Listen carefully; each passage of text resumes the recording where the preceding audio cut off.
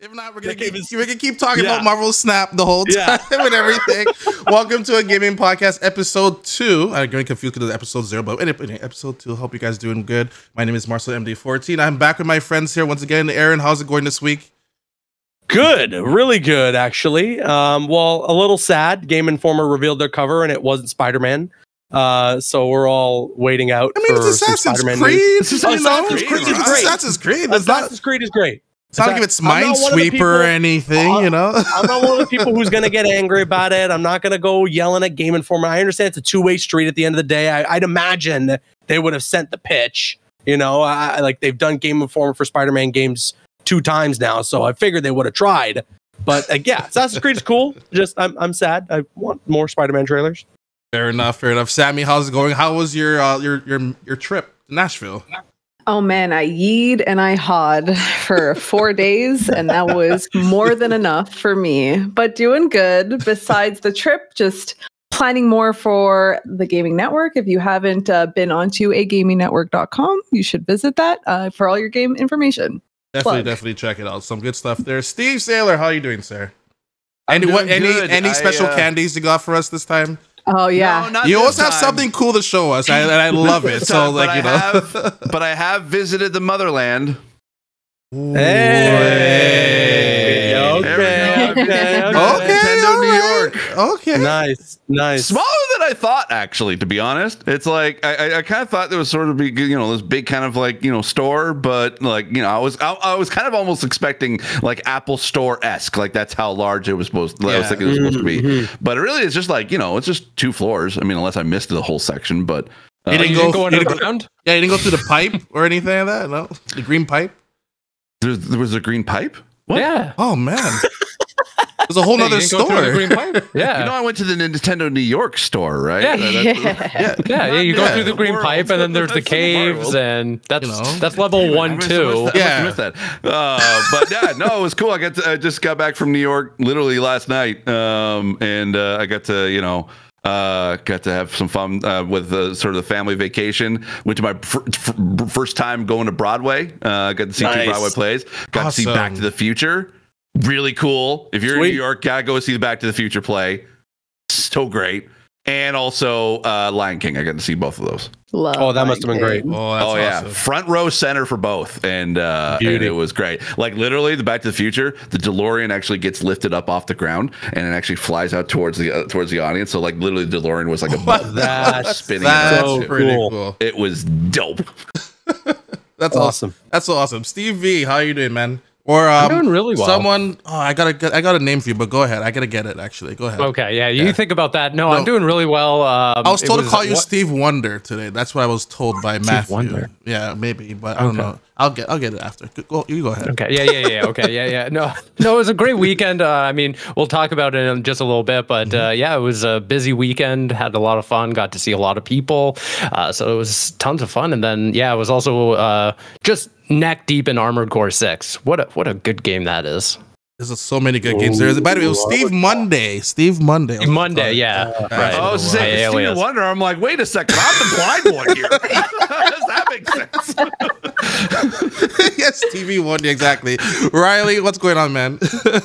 Hey, not much. Yeah, busy week. Actually, I saw Steve a lot this weekend. It was a lot. Good hangs. Good hangs, man. Yeah. And who else did you see? Just say. Oh, okay. I was there too, Riley. I was there. Who? Wow. Oh, wow. Okay. All right. First beef on the podcast let's talk about the show that none of us saw each other at, Fan Expo. How was everyone's Fan Expo experience? I guess I'll start. I had a great time. My wallet didn't have a good time, but I personally had a ton of fun. I see the helmet behind you. Yeah, I got Magneto back there. Oh yeah. I don't even know if that's the most expensive thing I spent money on. You probably can't even see, but there's like a Cyclops figure. So is that somewhere right up there? I can see it. Yeah. That was, anyways. So it was a good time though. I mean, the PlayStation booth was really cool. The Paramount booth was pretty awesome as well. Paramount booth was fantastic. They had there. I didn't know that they had like a pretty cool thing for like Amazon Prime. They got like the boys photo op with Invincible as well. So that was a lot of fun. Honestly, for me, one of the better fan expos we've had in recent years. I think the only thing that really bummed me out, although I send my well wishes to him, is that Najee Jeter, the voice of Miles Morales from Spider-Man games, canceled. That was like one of the big reasons that I was going. And it's funny because I think he was originally slated Thursday through Sunday, and then he had a panel on Friday, which I was planning to go to. Then he canceled Thursday and Friday. They were saying he's coming Saturday, Sunday, and then he canceled altogether because he was feeling under the weather. So again, I sent my well wishes. I hope Najee's feeling better. But I'm sad I couldn't grill him about Spider-Man 2 related things. I was praying for you to steal that PlayStation. You hear this? I tried. I picture him like up against the glass. Like, oh man, I can totally see him like doing some ice. It was mighty tempting. I will say, like the overall theme that I had going through the whole Fan Expo weekend was like, this is the first year that it felt like it was back. I mean, they attempted to like hold the show over COVID to various degrees, and every single time you go down the escalator, you kind of walk onto the floor, and it just never seemed right. Like, obviously, like the vendors, some would show up, some wouldn't. But like for Xbox, PlayStation, Nintendo, they would always like come and go kind of thing. But this is the first year that you just walk in and like the energy was there. Like Caboose was saying, the exhibitors they showed up like in a big way. That PlayStation exhibit blew me away. I mean, granted, we saw like the San Diego Comic-Con set up with the two Spider-Man and then Venom in the background. Very cool photo op. That was neat. The cool thing that they had was like the waterfall thing. The water effect, which like the symbiote thing. So what they did was like they had like magnets built into it so it could like mimic your movement. So if you like put your hands up, it would almost do like a pop out effect. And if you left it alone, like it'll just cycle through the two Spider-Man logos and then like Venom's eyes and that was really cool. It was very neat. And then we got to see I think for the first time in Canada the official like Spider-Man DualSense and then the console covers. I don't think they've ever put those on display as far revealed. No, they were revealed and brought out in person at San Diego Comic-Con, but they weren't like put out on display, right? So and that's what I figured, but I just wanted to but I mean, we're gonna have those in our hands in like 3 days, right? Very soon. Very soon. I can't wait. As long as Amazon comes through, as long as Jeff Bezos keeps his word. But seeing them in person, like I was very kind of surprised by like the different textures and like the matte matte colors that they're using. So really impressive stuff. Finally got the comic as well. You know what I noticed too? The PlayStation, like the symbiote part, is it like textured? Like it's not just like flat? When I was looking close enough, it looked like it would have like a textured feel to it almost. Grid on it. It looked flat to me. It looked pretty like matte black to me, like a solid, okay, sorry. I'm trying to figure out how I had to best explain this. Like it was almost popping out, even like they it wasn't like exactly. Maybe I missed it. We'll see when we get our hands on it. But it looked like there was a bit more there than meets the eye. But the console and the controller look really nice. I'll be honest, I still think that the back plate for the console is like really uninspired. Like I think they should have just put the Venom logo that they've put in like put on shirts and like used in marketing material. They should have put that on the back, or still had more of that like symbiote taking over the red going on in the back, like having just that same spider logo placed randomly on the backside, and it's just like a flat black cover. I don't know how to feel about it. I don't even know if I'm going to use it, to be honest. The controller's nice. Actually, I disagree. I think actually it's kind of like a minimalistic version. So really? Have to go. I think it's like the matte black of it, and then with the red corner.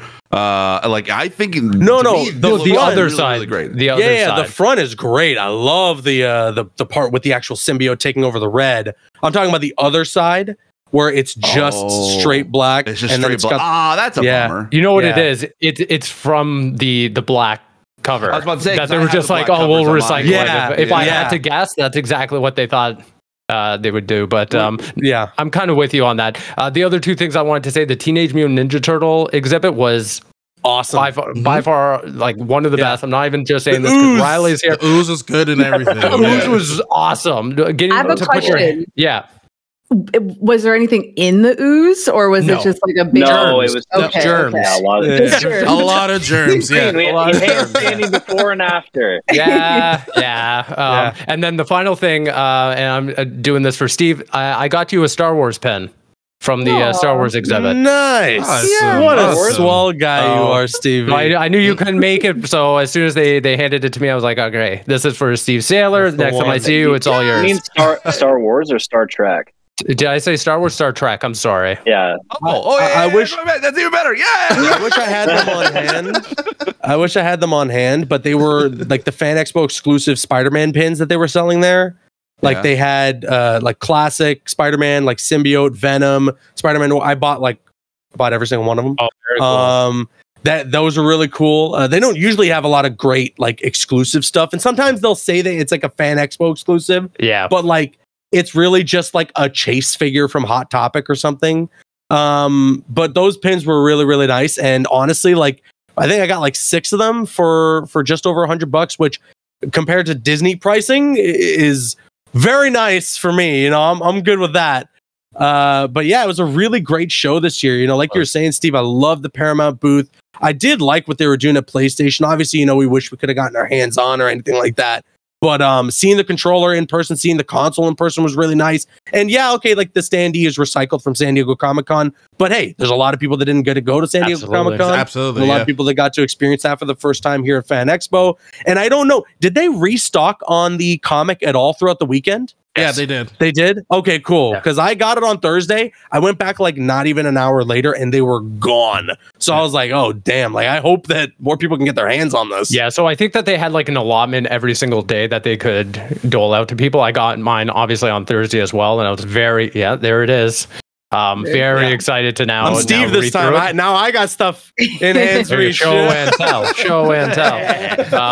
Yeah, again, just kind of echoing what you said, Caboose. I was a little disappointed that Najee Jeter wasn't able to make it. Yeah. That was basically the entire reason I was there for work. So once that was official, I was like, all right, I'll just hang out with my buds. I'm here for fun. I was fine. I was very okay with that. I got an awesome Across the Spider-Verse print, which is now downstairs on my wall. I wasn't going to rip it. There's some fantastic artworks out there, especially for the price, like $10. Like those stuff that you guys were showing me. You're like, oh, this was $10. I'm like, this is $10. That's incredible. Some of the artwork people were showing. Or me and my girlfriend got a haul, man. I think my favorite art piece that I ever got for Fan Expo. I've got it just in the other room. Hold on, give me a sec. I think there we go. There we go. It's show and tell again. Show and tell. There we go.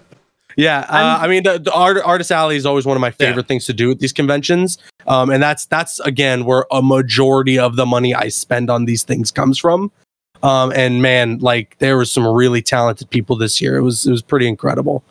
Oh, I've seen that before. That is a great piece. That's excellent. That is a great piece. I think those are like 3D models. Figures. Yeah. Okay. Right. Yeah, that's action right. Figures. Yeah. That's awesome, man. I've kept it in the plastic ever since. I've yet to be able to like hang it up. I need to get a proper frame for it because it's like it's just a gorgeous piece. I've had this for like, God, probably about almost 10 years, maybe. Those narrow ones are very hard to find like a proper frame for. I have a similar one that's Metal Gear Solid, and I've been like, I can't just get like a proper. I might have to like do a custom or something. Me and my girlfriend have a literal portfolio of all the art we buy at these conventions, and then we'll have like 4 or 5 of them framed, and then we just cycle them out whenever we're like, okay, now I want to frame this one up now. You know, it's like, so that's it's like art gallery. That's it's an expensive obsession, but like, you know, I love it. And of course, I mean, I support the artists, right? My living room is just covered in Artist Alley stuff, and every year kind of the same thing. I just like go in, recycle, and then change hope it that up. I don't have to buy another frame. But I feel you. I must say, it's kind of neat. Bag. Nice. Yes, that Bioshock one. I have that Bioshock. Oh, that Bioshock. Oh my gosh. Can I see the other one close up? Oh, that's The so Last cool. of Us 2. I think I've seen that artist. Yeah, that one is so good. That one is so good. And there's a bunch more in there, but same thing. I'd get up and show you. We're doing show and tell. Okay, yeah. No, here we go. Should I get the Magneto helmet? Like, is this? Yeah, what you gotta wear I the think Magneto. I not only you should get it. I think you have to wear it. Yeah, exactly. Yeah. But what do I do with the headphones? Well, Just put them over the head. Oh my god! It starts echoing his head and everything. That'd be crazy. Let's see All what right, you Big got. up for us, Riley. I got Banjo Kazooie keychain. It's blurring now. Oh yeah, It's blurring, but nice. Yeah. Oh, that's a keychain. Okay. Keychains, yeah. That's really Pretty nice. cool. That's really nice. I love that. That's really Kept cool. it simple. So Nice. I know Twisted Metal, the truck was theirs. The truck from the show. Apparently last year the thing truck, blew up and everything. The actual truck was there. Crunchyroll had a massive booth, and I don't think I've ever seen Crunchyroll there before. Yeah, Crunchyroll's booth was exactly what they had at Evo, which I'm pretty sure that's also why they had the big dome. Big dome. Because I'm pretty sure that was for Vegas. That makes but I guess way they more was like, sense hey, now. just fly it out ship to it over. Toronto, Yeah. you know, like. But yeah, I never seen their presence there, and a huge shout outs to JM, a friend of ours who's like in part of Crunchyroll Canada for making a presence out there. Like I said, I've never seen Crunchyroll have any presence at a Fan Expo. I would like to give a little critique for Fan Expo here because I've been going for many years. I remember when it was just in one building. The one was like way back in the day. Yeah. So like you know, I'm happy it's back, and I would say this one has been a better one from the last generations and everything. For many of us who have been on the, you know, like I've been to a convention, PAX East, or even just one of us who are well known with those, like how those conventions go. I would love to see a more gaming presence there. It was cool to see the Mega Games, I think they were called, or the Powerball, who were right next to Sony's booth, and they were like the only indie local developers showing off their game. I'm like, why isn't there more people doing that, or why is there more gaming presence? Like, it was nice to have AMD there. Well, they said it was cheaper for them to do this than go to like a PAX East, for example. So maybe if you had like a little, like even if you do like a Canadian indie fund or something, like, hey, if you're local, you want to show off your game, you'll give you like a discount, like give you a shot or something like that. Yeah, I would just like to see more of a gaming presence. It was cool to see Xbox there, and they had streamers there as well. The Sony was there, Nintendo wasn't there this time around, but usually they're there mostly most of the time. But it would be nice. It just might, I don't know, just like this. I would like to see a little more gaming presence for the next one. Like, but this one was really good. Fan Expo. I'd just like to see a stronger gaming presence for next time. So. Yeah, and you were doing stuff for AMD as well. Yeah, I was doing stuff for the Princess Market with AMD, and they had their VR machines and racing cars and everything like that, like a full racing car, and the blacklight table, which goes super high up, like over 6 feet tall. It goes high up and everything, and it's lighting all around it. And the cool thing about this table is that if you're playing Valorant and you're low on health, your table will start flashing red and everything like that, or like it will actually match with your health bar and everything. So a lot of cool stuff and everything, and I believe they raised 17,000 for the whole Princess Market. Oh no way! So it was really, it's a really good presence, and of course the Xbox booth. I saw Green Skull just wiping people out in Halo. It was kind of unfair, and I'm like, dude, you're supposed to let them win game passes. You gotta let them win. You can't keep winning, man. You know? That was almost me, because they asked me to come up and play some Mortal Kombat 11. And I was doing really well, and then they put two oven mitts on my hand. Yeah. And I was like, "What the hell am I supposed to do now?" The funny thing is, I still with one oven mitt, I still won one game, and they were like, "Okay, no, we have to stop this guy." So they double mitted me up, and like it was impossible. Like I don't even know what they wanted me to do. I was playing the game like this, so that when I brought my thumbs in, I wasn't pressing like every face button at the same time. Yeah. It was crazy. That was fun though. It was really fun. It was a good time. Yeah. I'm thinking now I'm thinking about this thing out loud, but I've been wanting to be able to do this because I wanted to pitch TwitchCon to be able to do this as like a fun Twitch Rivals event. But I think that like this would be great for Mortal Kombat. I'm pitching a video to you, Caboose. Okay. You and I play Mortal Kombat blindfolded. I'm super down. I'm super down. Let's do it. Because it can highlight some cool blind accessibility features. Yeah. Just saying. There you go. Oh yeah, we could definitely show that off. All right, I'm in. I'm in, Steve. You got me. That was a good pitch. Let's do it. Let's make it happen. MK1 when it comes out. There you go. Well, you know what? Speaking about MK1, might as well just go over to the Dave Bautista news. I didn't see this, so who saw this? Dave Bautista for MK? So it's like a politician move here. Like, what's going on here? It's recreating the OG Mortal Kombat commercial. You know, the Mortal Kombat. Yeah. Oh man, I love those ads. Yeah. Yeah. So it was really cool. It's just Dave Bautista walking around going, Mortal Kombat, you know, like just menacingly in somebody's ear, and they're like, "What the hell? I'm just trying to read my book, man." Jeez, yeah, no, it was really cool though. It was really, really cool. I mean, didn't I see earlier that I guess someone I think found was doing the comparison, and did they get the same kid, the redheaded kid? I think they did, which is insane so cool. If that's the case. Yeah. Because Ed Boon was like, "Hey, let me know if you could spot any Easter eggs," and I feel like he was very like purposefully pointing that out to get people hunting. And if that's the case, if they got the same kid from the original commercial and brought him back just to like, you know, like pay homage in that way, I think that's awesome. I think that's so awesome. That's dope. Yeah, and I think Dave Bautista did a great job giving us a new guy yelling Mortal Kombat in a crowd. Like I think I'd definitely play that on loop. You know, like it starts with him in a library, just like whispering Mortal Kombat to some guy, poor student trying to graduate here. You know, life is on the line here, and it's like, well, forget it, Mortal Kombat. Yeah, you know. Yeah, it's a really good commercial though, and honestly, like it brought the hype for me. And I just want to say, I love the tagline being like, "It's in our blood." Like that. Yeah, feels that's a good one. That's really Mortal really Kombat. You know, it feels very MK for a franchise that's been around for 30 years. It's like that for some people, you know. And for this to be like restarting the timeline, whole new era, all this and that, like. The marketing guys are firing on all cylinders with this one. I'll just say that much. The thing I love about this the most is that we're getting like closer and closer to Dave Bautista being in an actual like video game piece of like entertainment. Like we're getting so close to him, like, you know, in Gears or something substantial. Like he wants it. Yeah, I know he wants, especially with Gears. I know he wants to play Marcus Gears. Phoenix. Right? I would love that if he played Marcus. He would do such a good job. Marcus. They added content, right? They added the Dave Bautista skin. He played himself, did he not? Yeah, so they have the Dave Bautista skin, and then they also had him as a swappable role with Marcus. Gotcha. Okay. For the whole campaign. That's really cool. And he did all the lines and everything. It was cool. It's really cool. Did they do the same thing with the New Day, or was it just the skin for New Day? I think it was just the skin. Just the skin. But that was cool too. Yeah.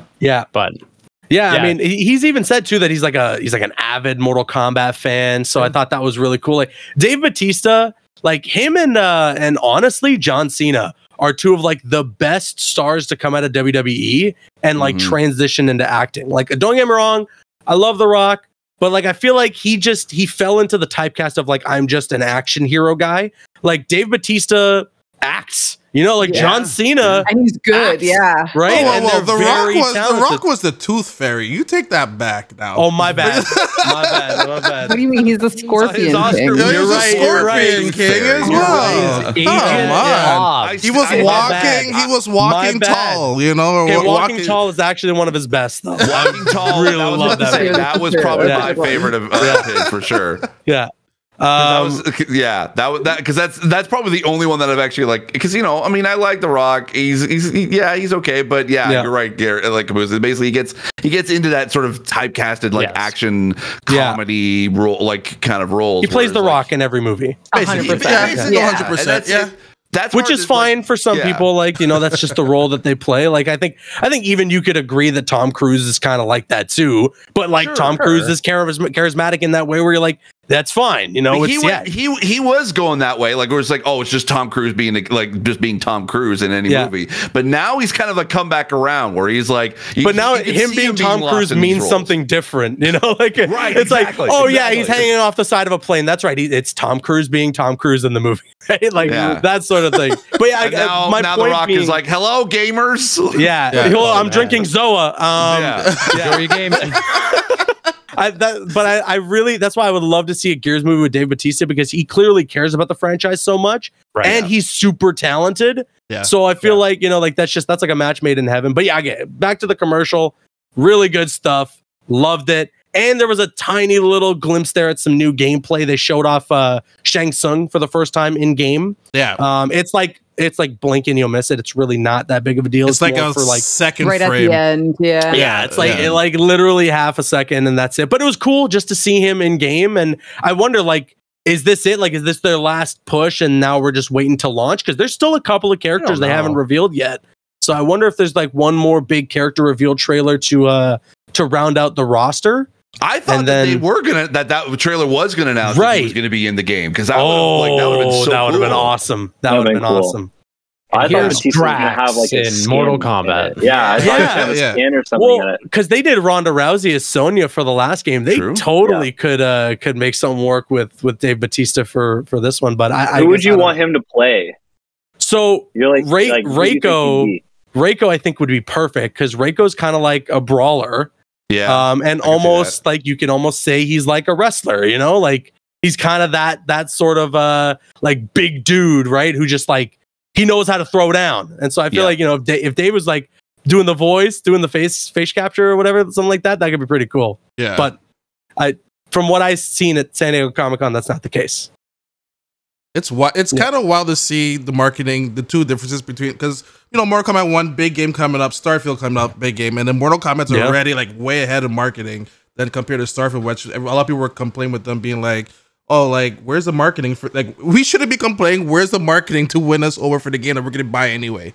You know, or like, well, the thing with Mortal Kombat, with it, like, I mean, I gotta say this, and it was posted earlier today. I think Khalif Adams from Spawn on Me posted this. He goes, like, I'm gonna give the same thing.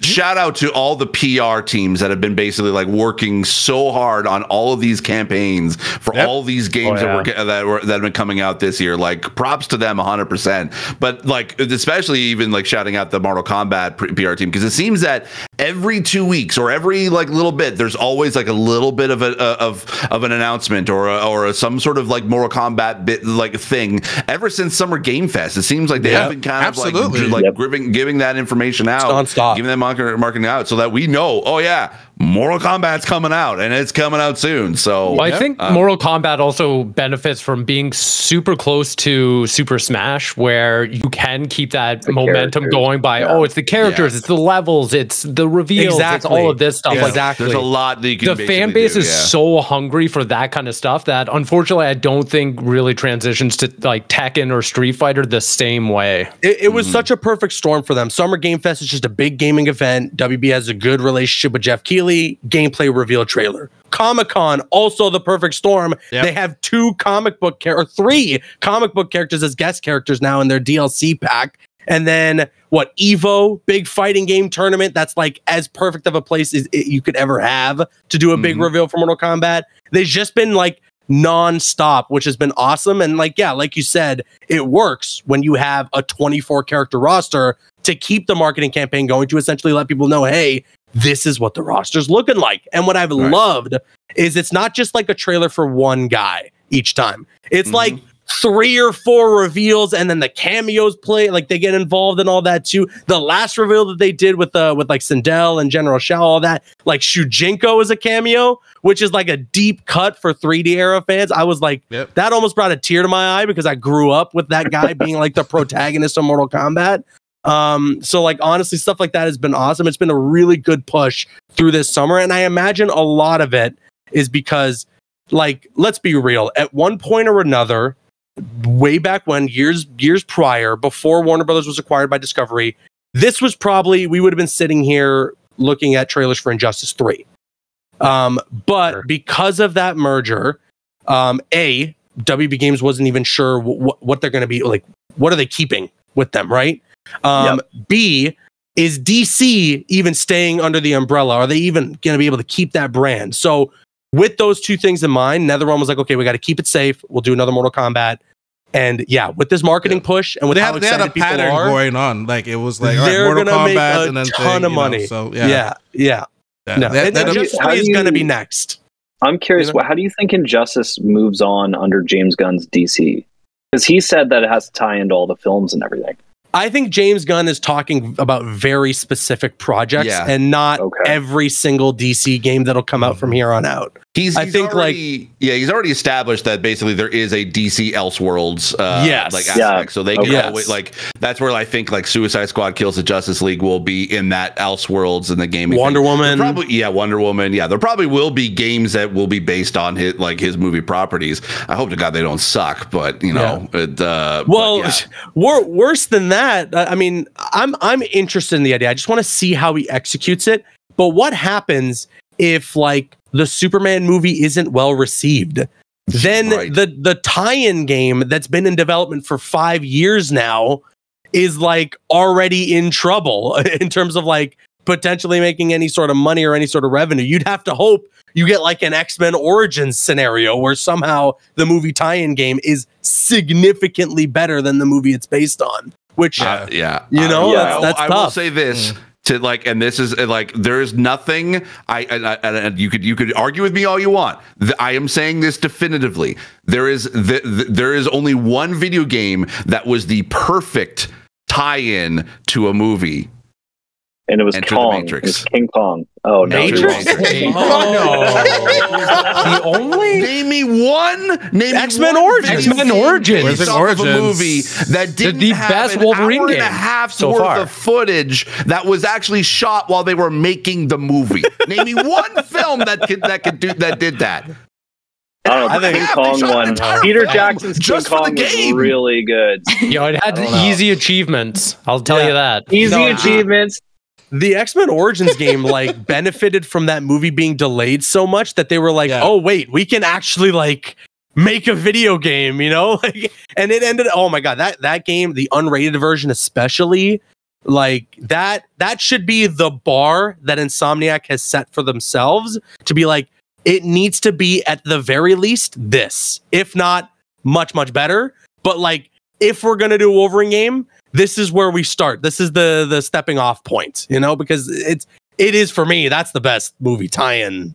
Spider-Man 2 though was also very. That's good. up there. That's up Golden there. Eyes. Another good one. There's been some good ones actually. The more that you think about it, I will agree. There have been some good ones. But again, name me one film that actually they shot an hour and a half worth of footage while they were making the movie just for the video game. Okay. Listen, Steve, you don't need to when Spider-Man 2 just gives you red balloons to go capture. Yes. You don't need all that fluff. You just get straight gameplay, baby.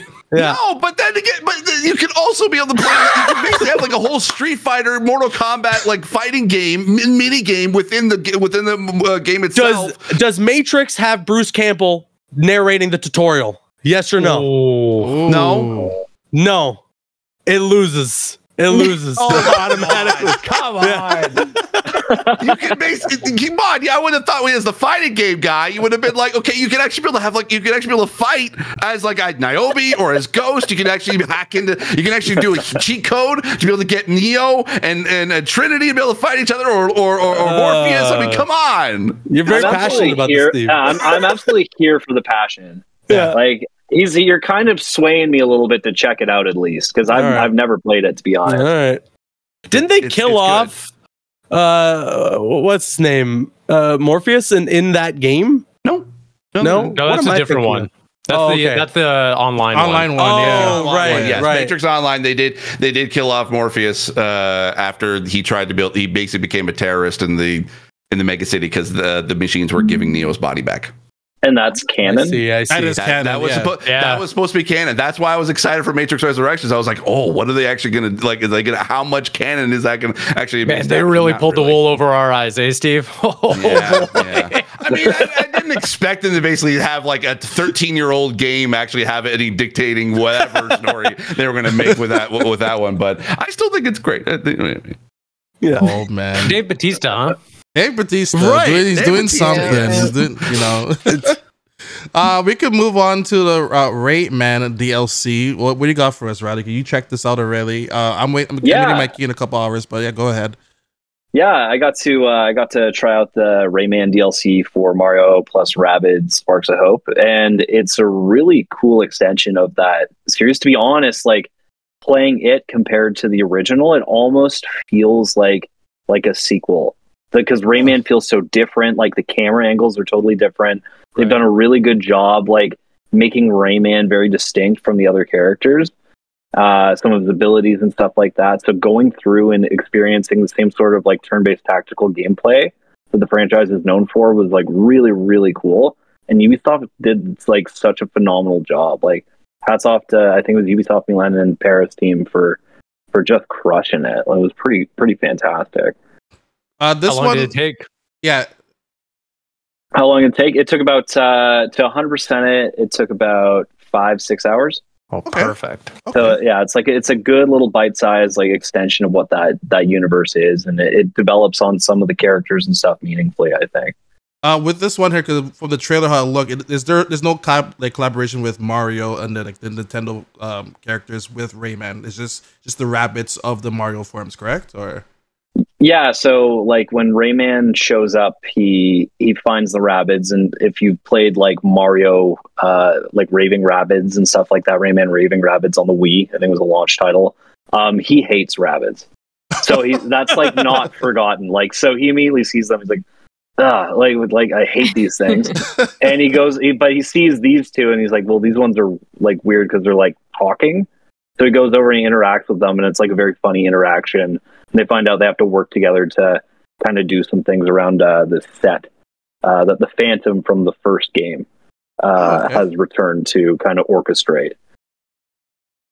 that's pretty cool. I feel like this one is, I feel bad for any games coming out this week and everything because it's being overshadowed with either MK News or Starfield and everything. I feel like people don't know if this one came out, or the Immortals of Avium game is another one. September and October are absolute like end to end stacked. Yeah, man, it's unbelievable. I'm stunned. We haven't seen more delays, to be honest. Like it's been busy. It's gonna get very busy. Yeah, so I'm surprised.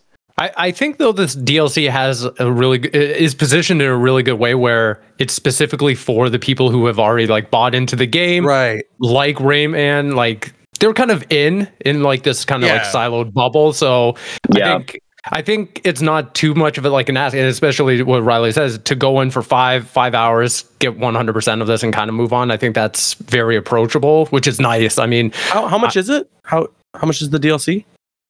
I'm not sure. I have to look at it, but it's not. You can get the expansion packs for like, I think it's like $20-$30. Okay, you think it's worth? Yeah, which is 3 DLCs. It's 3 DLCs. Not just the Rayman. Yeah, cool. Yeah, I think so. It adds enough content to be worth it. Nice. It's cool, and I got to speak to the creative director, David Solani, and he was like beyond kind and had some really cool insight into sort of the process. It turns out he actually worked on Rayman on the Game Boy Color, Rayman 2. That was his first game for Ubisoft. Wow. So it's kind of coming full circle, and he gets to get back in there with Rayman and do something because he cares so much about the character. Awesome. And I got to ask him if he wanted Rayman and Smash Brothers, to which he said yes. So nice. And Mario Kart, he mentioned. So he wanted it both. He mentioned Mario Kart on his own. So there you go. It was cool. Yeah, it was pretty cool to interact with him. Someone who's so passionate about that IP and sort of weaving it in and seeing how like Nintendo's reception was. They kind of laughed at the request, but like said, yeah, absolutely, let's do it. Like that's awesome. So a lot of really cool insight there from him, and then. The game itself is great because I feel like Rayman's been missing for so long. Yeah. sorely been missing. Just to go back to Caboose's point, it's $19.99 for the standalone. And then the whole DLC bundles for all 3 is $40. So okay, yeah. That's pretty. I mean, that's on par with what you'd usually see like that level of content priced at. Yeah. So it just comes down to like, is the content there worth it enough? And from what you're saying there, Riley, especially if you're a Rayman fan, there's so many cameos and like little Easter eggs. If you've played the series up till now and you've been waiting for this character to return, it's like everywhere you look is something. Okay, which is really cool. Which it sounds like kind of like the Mortal Kombat Johnny Cage's arcade room or something, right? Yeah. Oh, in the invasions thing. Yeah, I mean. You guys will like. I mean, you especially Riley, I'm sure will like it when you see it. Just like the little glimpse that they show from it. But there's plenty. I mean, I'd imagine that mode is pretty big. There's a lot of cool Easter eggs in there. But that sort of thing, right? Like that, like for the hardcore fan, right? Like it's nice to get in there and see everything everywhere and all this stuff. And like the amount of love poured into things like that is really appreciated. I think for people who have been like following it for so long. Man, it's been 10 years since Rayman Legends. That blows my mind. That's what I was wondering. Yeah.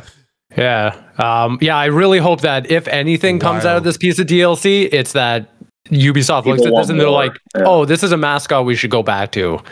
Kind of like Sam Fisher. Just saying, Ubisoft. At least he's coming back, right? Yeah, at least they announced we it, know he's right? coming back. Yeah. They announced the like. Can't wait to tell my grandkids about it. I know, right? Yeah, I actually flagged all the all the Splinter Cell games on the 360 just to make sure I get them all before the Xbox gets rid of the 360 games off the store, because I need to go. I've been wanting to be able to play Splinter Cell like a remastered version for so long, and I hate the fact that it's still like there's still no information about it. It's been a couple years now, I think, since they announced that they're doing a remake. So. In too many years, if I'm going to be totally honest. Yeah. So like 9 days ago, it was 10 years since Blacklist came out. Dear God! Wow. August 20th, That's 2013, insane. which is nuts. That's Well, insane. so Michael Rayman is and Sam Fisher. old, but, Yeah. I mean, come on. Steve is not okay. No. I'm I'm pretty in sure shambles right now. I'm pretty sure the creative director who used to be working on Gotham Knights, he was at Ubisoft before, and he worked on some of the previous Splinter Cell games, and I think he's back at Ubi now. So yeah, okay. So he was the creative or the game director on Blacklist, Patrick Redding, and so he's back now at Ubisoft, and I wonder if. I mean, I assume so they put him on WB just recently then. Yes, yeah. Oh, okay. As far as I'm aware, I just went literally across the street, probably. Most likely, actually. Yeah. Yeah, he is the creative director now at UB Montreal. Yeah. On unannounced, it says when you look at who's spearheading Splinter Cell? Is that Toronto. And Yeah. he's at Montreal, so this could be two different probably projects. something different. Yeah, okay. It's probably But I mean, with Ubisoft, they like hand over stuff and like that's the thing, right? It all stays in the family. Yeah. I mean, I would be shocked if they just didn't utilize this guy. That seemed like a big mistake. From my understanding, I think a lot of like Ubisoft Studios essentially like makes like the way their games are made. Essentially, it's a 24-hour production because they have studios around the globe that they get basically just to have timelines of teams just working on it nonstop, which is kind of genius, but also I hope there's not a lot of crunch or anything like that. You'd hope. Yeah. I mean, I know to a similar extent, like that's what WB Games does, right? Like a lot of outsourcing is done to WB Montreal. That's why, whenever I see people say things like, "Oh, Gotham Knights is like the first game WB Montreal has done in like X amount of years," it's like they've worked on probably every single WB Games published thing that's ever come out in those X amount of years. It's Gotham Knights, uncredited, Gotham Knights is just their own, like they made that in-house, right? But like I'm sure they're helping out with Suicide Squad Kill the Justice League. I think actually they helped out with like Hogwarts or like I think so. Any number of Lego games that would have come out in the past. Wonder Woman, I'd imagine some of the outsourcing and stuff like that they're assisting with that too. So like it's one of those things for me that like it's so frustrating that people like think they understand game development because they completely and utterly they take it entirely at face value. That could be like a whole conversation. Exactly, right? That's a different podcast. All you have to do is just look at the credits of a game and just know that like your point is null and void. Like we're talking about like Ubisoft games for a second, and you just go through and they take like 20 minutes because it's every single studio goes through. It's like Ubisoft just as a whole touches every single game. So I mean, that's the thing. It's like it's kind of going to what you're saying about like not a lot of people understand about game development. Every AAA studio does this. It's not like everyone's like, it's a small studio, but it's still like, making this giant game. It's like, what, you think Larian Studios made everything in house? Come on. Like it's every studio has support in some way, shape or form. It just depends. Like, and there are studios that are literally created just to do that. Like that's all they do. Sure, they may get a chance to be able to make a game here or two. I mean, Bed Studios was exactly like that before they went into making Days Gone.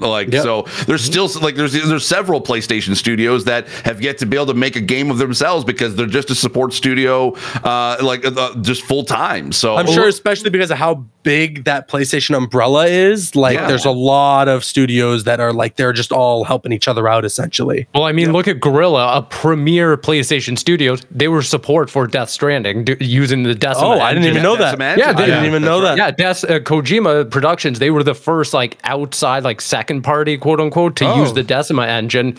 Yep. And Guerrilla was there just as a support team to be like, hey, if you have any questions, because Kojima Productions is obviously a smaller studio, just getting their feet wet and everything. It's like, if you have any questions about the engine or anything, just let us know. We're there. Wild. It's the same thing with Nintendo and Bandai. Sometimes Bandai helps them on like non Smash Brother games. That's because we know Smash Brothers they help them out with, but there's many games they help them out with, especially with netcode issues or anything else as well. So it's kind of wild. Point being, a lot. Point being, game development is not just push the big magic red button and then make video game. Like there's too many people that think it is just that simple. If only it were just that simple. And that's why when I look at a studio like Insomniac that's released like 4 or 5 AAA games in the last 5 years, that's insane. That is unheard of. And I mean, I remember as well when Ratchet and Clank came out that there were a lot of developers in Insomniac saying they didn't work a single hour of crunch on that either. So that's, I mean, we don't know fully behind the scenes, but I'd have to imagine they're not a crunch studio or they don't do crunch there. I think that is unbelievable. Like that is insanity. Like there is no world to maybe like had some support studios to kind of probably take off some of the load that's of that. Exactly what I was about to say, right? Like a lot of that is because they're utilizing that big PlayStation umbrella, especially now that they're owned by PlayStation as well. So like, I mean, and again, that's why like in any other universe, Spider-Man 2 shouldn't be coming out this year, and there shouldn't even be like an inkling of hope or a tiny rumor that Wolverine might be dropping next year. And if Wolverine does come out next year, then like Insomniac might be on the Mount Rushmore of like top game developers. I think they're already there. I'm trying to think. You think they're already there? Yeah. I think. Yeah, I'm thinking like, okay, so I'm just thinking of the games that they produced or released within 3 years since 2020. Spider-Man Remastered, Miles Morales, Ratchet and Clank, Spider-Man 2.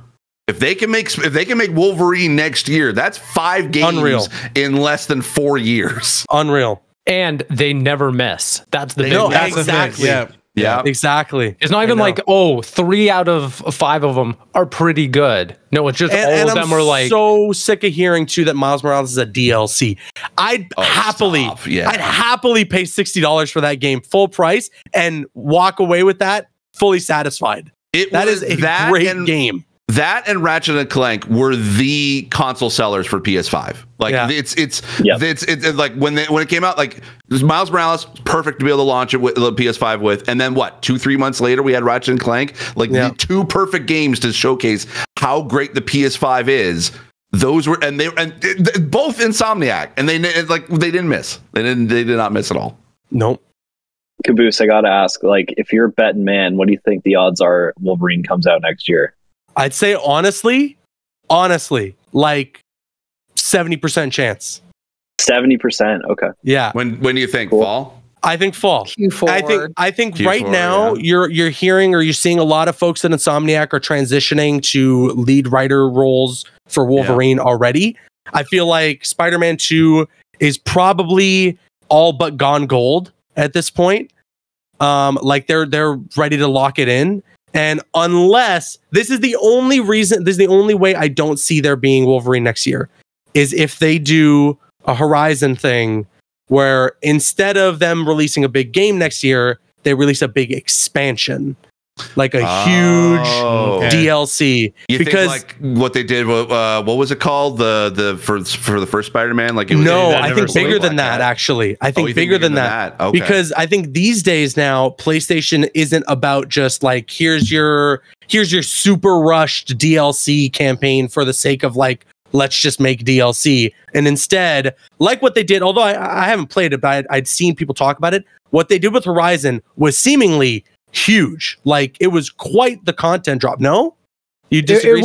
It was big in scale and scope, but in terms of like content, it wasn't that much. It was a piece of DLC. Okay. Okay. So then I guess I stand corrected. But it seems as though that is kind of the trajectory that PlayStation is going in, to then like just keep their games in the conversation for as long as possible, essentially. Because then if by next year, maybe let's say the summer, there's a big expansion, they drop a Venom is playable or something like that for Spider-Man 2, then that rides them out for the duration of 2024 to then have, okay, Wolverine 2025. Is that right? why we're hearing rumors about God of War Ragnarok, like DLC for that as well right now? Yeah, right. I would There guess are so. some rumblings about that, huh? Yeah. Okay. I would guess if again, if I'm a betting man, we probably get something for spring for God of War. The only thing, to your point, Caboose, of like maybe there's like an expansion or something like that, is almost, because if you look at the trajectory of what Spider-Man has done, it was like Spider-Man 2018, Miles Morales in 2020. I almost wonder if Wolverine is kind of that stand-in for Miles Morales. I think it's the in-between game. It's the in-between game, because like, again, we're talking about how clutch Insomniac. It's like at a certain point you just have to say we cannot do anymore. So, Right, but unless it's just like a more traditional City That Never Sleeps kind of piece of DLC, I just don't know if we're going to get like a larger piece of content for Spider-Man 2 if it's not, hey, here's Spider-Man, Spider-Gwen. I'd be willing to bet. Standalone. Yeah, I'd be willing to bet that. Yeah, if there is any DLC, it'd probably be more than than the City Never Sleeps DLC. Yeah, but I don't think it'll be on the scale of Miles Morales. My guess is that Miles Morales was probably somehow going to be in the first Spider-Man, but it was too big of a section to be able to have in, and they took it out, and they probably were like, Sony was like, hey, we need something for PS5. What do you got? And we're like, well, we got this giant Miles Morales story. Let's do that and focus it on that. It probably was going to be another like City No Sleeps like DLC like with Miles Morales. Well, before the PS5, because you got to remember that was exclusive to that. That's true. I think with Miles, it was such a very like perfect storm, because they introduced that character and they had already like pushed heavily that he gets his powers and everything by the end of the first game. So you knew, like, obviously everyone could have bet their money that there was going to be a Spider-Man 2. It was just about like, okay, so Miles has now got spider powers. We're going to Spider-Man 2 potentially with 2 people who have spider powers.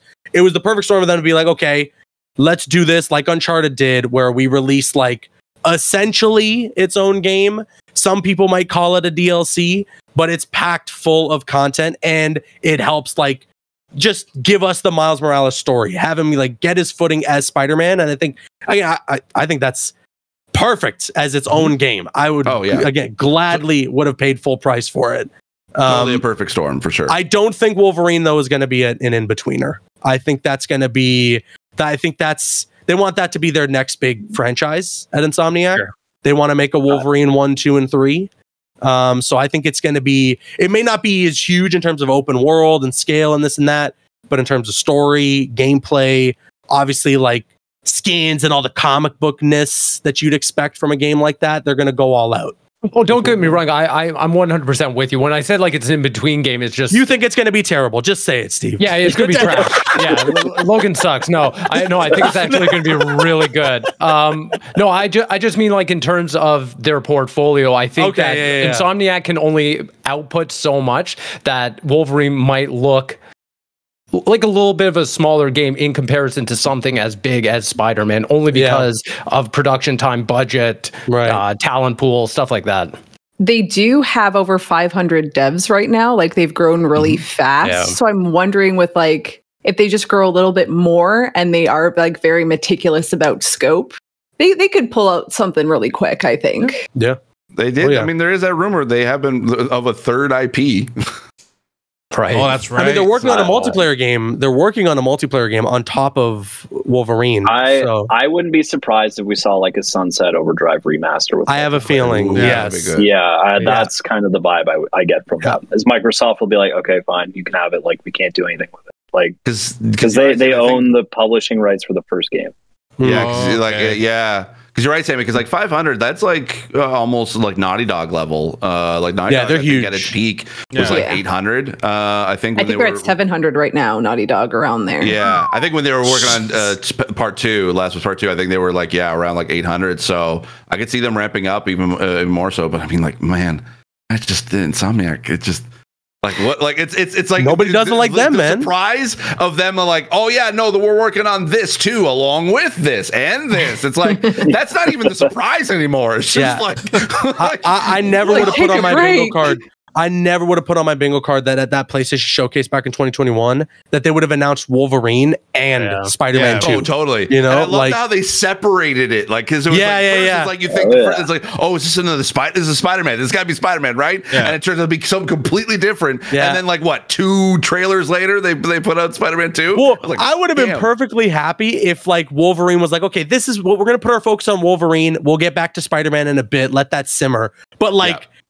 They're doing it both, which is insane to me. Like, that still like blows my mind. I mean, like this is the superhero gaming like renaissance we're in, and like I couldn't be happier. Now it's just time. Like WB, DC, step it up.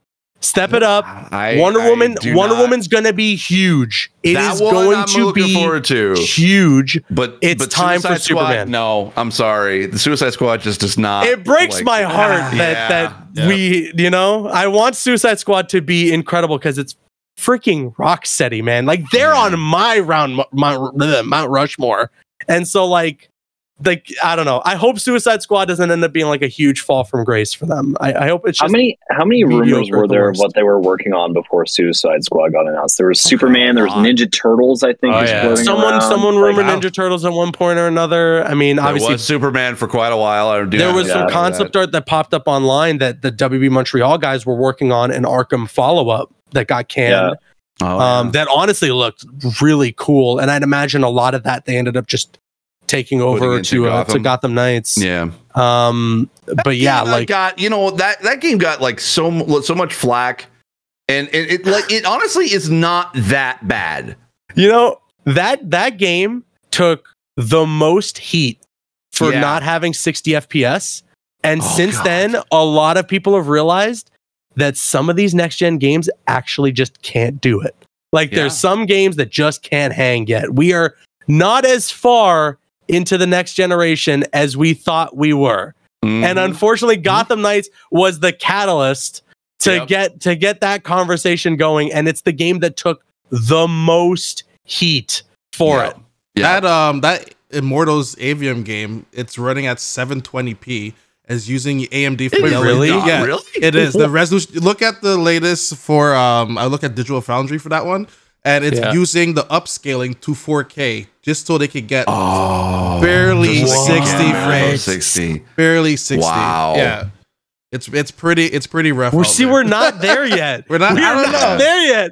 Console wise, we're not there, but I don't know. Like PC, I'm fine with it, but like, you know, but I don't know. Of course, PC Master Race. Master Race, you know? Just because you have a powerful PC doesn't mean every game is gonna run at like 60 FPS, 150 hertz. I mean, frames. I see frames from the future. You know, it's crazy. Maybe, by the way, if Sonic could just bust out another Spyro game. I completely forgot they made Spyro. I'm down for that. That's Activision now. So listen, I'm just praying Ubisoft eventually comes out with the Child of Light 2. There was like so many rumors about it, and then it just never happened, and I'm still salty about it. Yeah. You're not gonna get. I don't know. I was gonna say, sorry, Steve. You're gonna get Child of Light 2 because we're not getting Immortals Phoenix Rising 2, which was like my game of the year. That was a fantastic game. You know what I wonder too. Go ahead, Steve. Go ahead. What was the one that it was? It's not Black and White 2. It's like what's it called? The one with the monkey. Donkey Kong. No, the Ubisoft was sort of making like it was like they announced it years ago. Oh, and it just didn't, Beyond Good and Evil. Beyond Good and Evil. But what's funny, Sammy, about Child Light 2? So I'm in like this sort of like accessibility group, and a friend of mine is like obsessed, like he wants a Child of Light 2. And one of like in this group we have someone who works at accessibility at Ubisoft, and he just harasses them so much. Just Child Light 2. Keep them on it. For crying out loud. Yeah. I wonder too, with Insomniac working on a multiplayer game, like could they bring back Killzone as well? They should. Not Killzone. Gorilla Is it does have Killzone? it. Which one am I thinking of? Resistance. Resistance. Yeah. I don't know. I think that a lot of the like PlayStation's multiplayer is gonna have like a lot of that's gonna be filtered through Bungie. I mean, we already kind of saw a little bit of that with that sort of rumor of that. Basically, they saw Bungie saw The Last of Us multiplayer and basically was like, nah, this ain't it. And basically just kind of moved on or like it kind of said. So I think, because Bungie has been known for like that multiplayer, I think a lot of like the current projects for games of service or multiplayer games that PlayStation is working on is going to have to filter through them first. So, hey, imagine this. If Bungie and Insomniac came together and made a multiplayer game, dude, a little baby don't get me excited like that, Steve. Don't get me excited like that. Bungie and Insomniac, you had me at that. You had me at that. Okay. I mean, imagine Bungie's like a first-person shooter, like their engine. Yeah. And like if Insomniac made an FPS. Yeah. That would be insane. That would be insane. Baby with a gun, apparently. Yes. Mario DLC. Mario Wonder.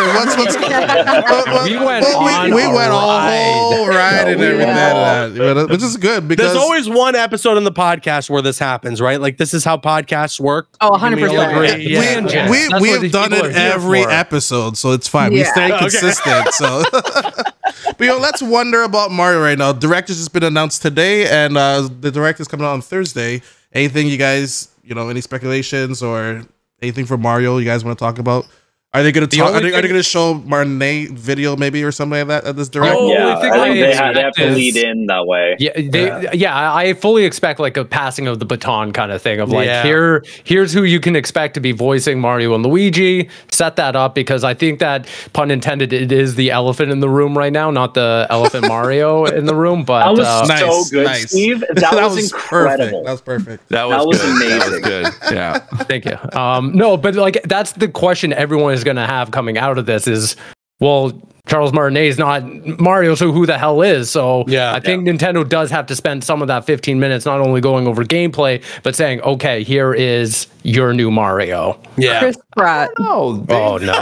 It's a me. A Mario. Hey, It's Mushroom Batista. Kingdom, here I come. That's the thing we're worried about. It's Batista's doing Mario. I would pay to see that. I would pay to see that.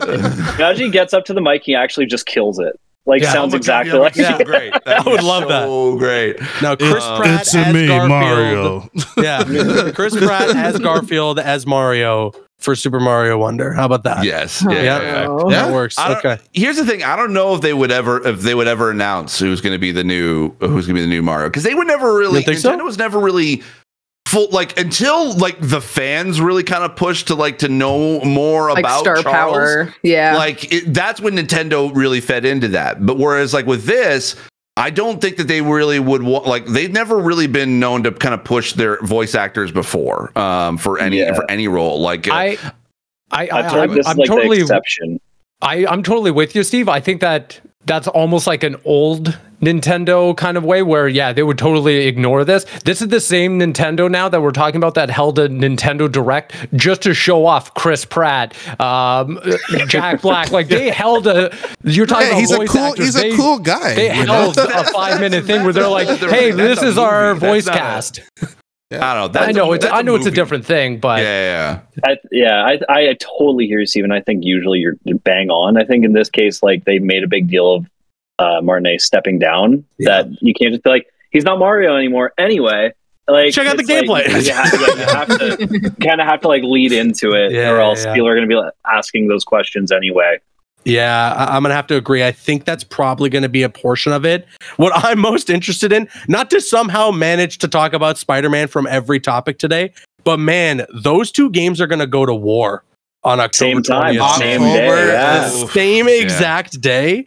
Yeah. And I mean, what's funny too is, I mean, we're talking about, Game Informer, no Spider-Man, this, that, like, where's the trailers? Like now Super Mario Wonder is going to start like getting ahead on marketing, putting it more in the people's eye. Like you got to wonder, like how do they go toe to toe Because Mario's on next think year. they can. I mean, it's like it's two different systems. Like it's PS5 versus Nintendo. None of the two really meet at all. That's fair. No. That's fair. So I think it's hitting two different audiences. I think. But how many people do you think out there have a Switch and also a PlayStation? Do you think that's a very small audience? I'm sure there's a lot. No, I'm sure at least like 60 to 70% if I had to guess. But I think also we're talking about two of the most popular mascots that have ever been created in pop culture. So I don't think that it's out of the realm of possibility that out of those 60 to 70% of people who have this both consoles just buy both and are okay with it. I really don't think that it's so much of a battle as we're kind of making it out. So then I'll ask you guys the question. October 20th comes by. You have the choice. You have to sit down. You get to spend 5-6 hours with one of the two. Which game are you picking up? Spider-Man. Yeah. Yeah. Spider-Man. You know, Yeah. You know what? I'll be dog. I'm gonna pick up. I'm pick up Mario. I'll pick up Mario. I'll pick up Mario. I'm picking up Mario. I'm picking up Mario. I'm picking up Mario. Here's the thing, though. When you compare like titles that like best-selling titles for the Switch. Like solo Mario, like the only solo Mario game we've had is Mario Odyssey, and they are not necessarily always in the top 10. Like any game that has Mario in it generally does well, like Smash or Mario Kart. But I don't think it's going to hit as well as.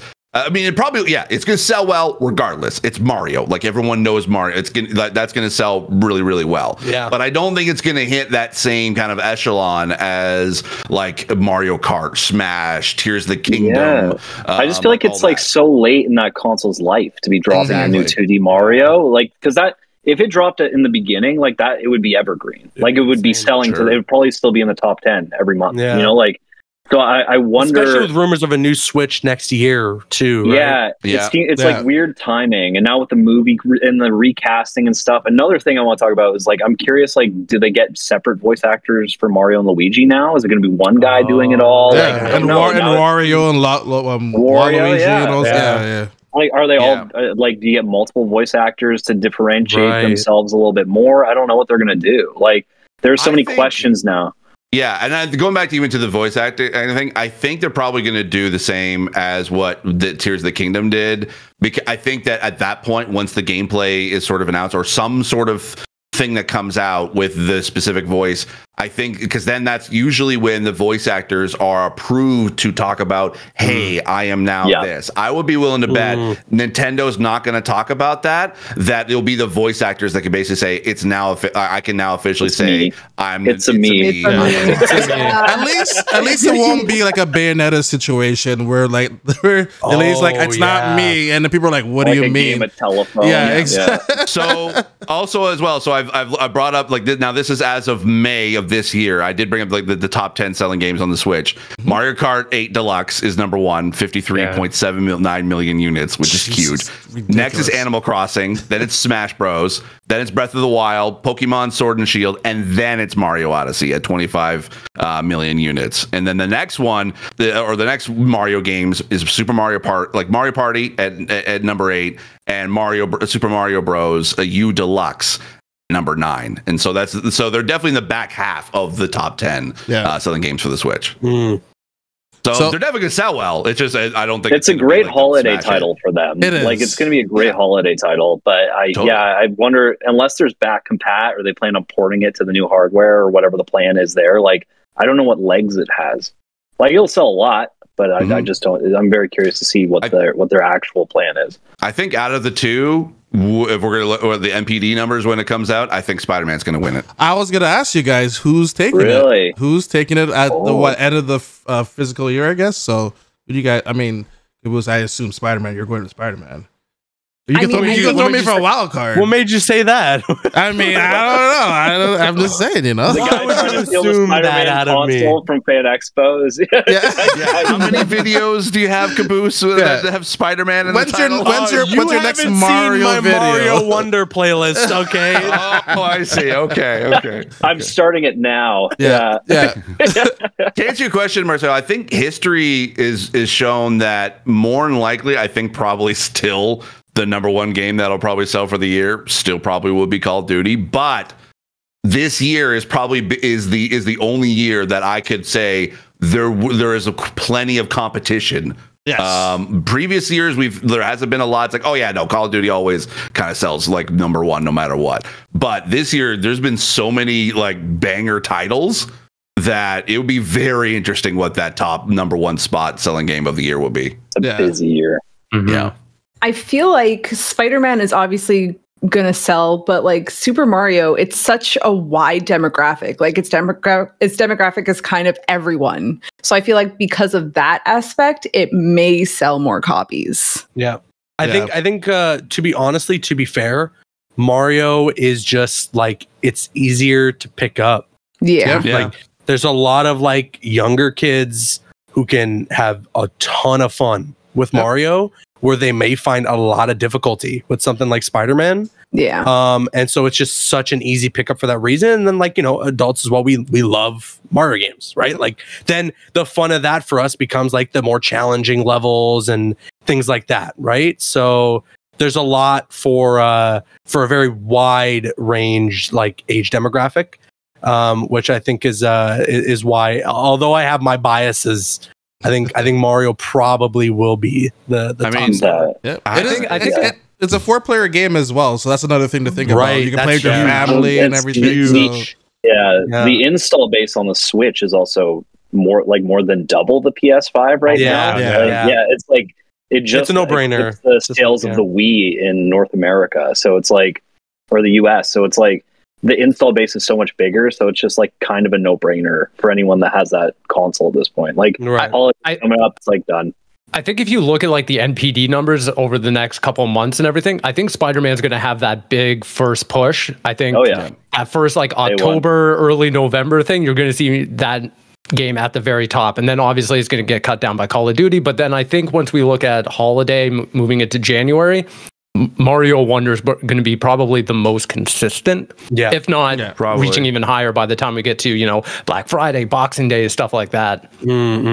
Yeah, I think just with the install base of like of so many families have Switches, I think that holiday it's going to be a like that like the fact they have that in Tears of the Kingdom going into the holiday season, like Nintendo's gonna clean up pretty well. And Mario RPG, which is more niche, but oh my god, that hits the older Nintendo fans, but I think for like families and stuff like that, like you got two of their biggest IPs. You got Zelda and Mario.